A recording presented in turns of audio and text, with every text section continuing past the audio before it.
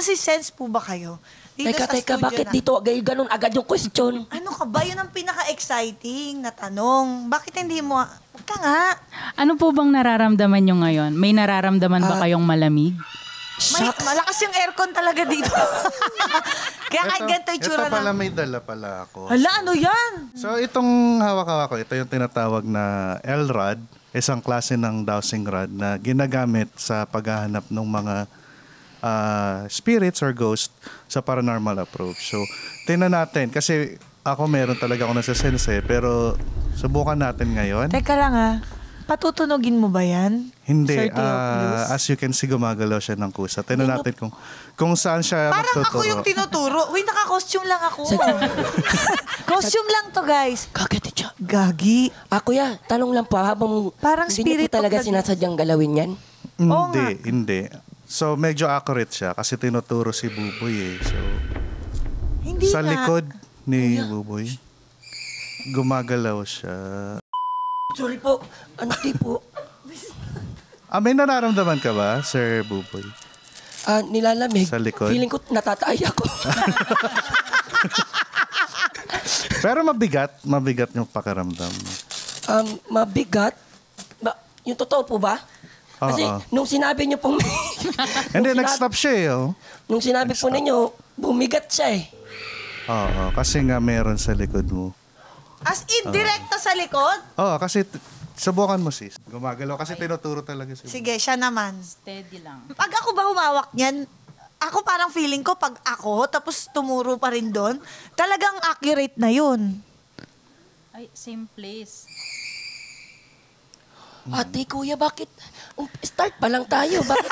Gusto niyo pong try? Try mo. Kahit sino ba, okay lang gumamit niyan? Hindi ba siya parang sagradong Hindi, instrument? mas accurate kasi pag may ability ka. Pero try natin kasi... So talagang pinanindigan niya ng may ability ako, no? I think, Ito, oo, nagkukwentuhan lang kami kanina. Ito naman. Basta hindi ako gagalaw. Wala akong ability, guys.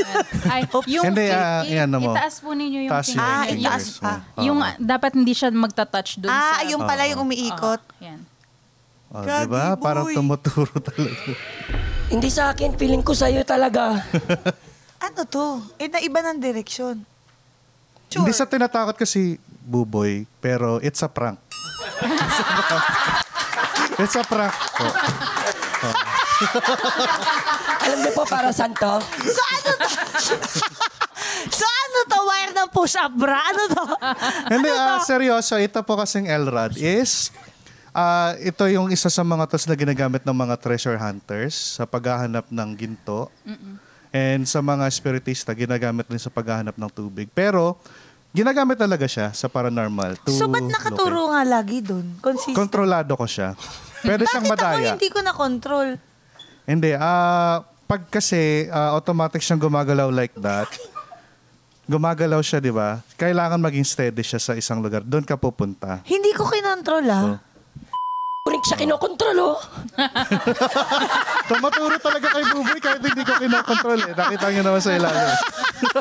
Bakit yung ganun? Hindi, meron ako nararamdaman, totoo. Sa may Simula bandang nung CR ba to? Yes, sa CR. Yan yung sinasabi ko sa inyo kanina na area na hindi ko kayang pumasok. Pero I have to.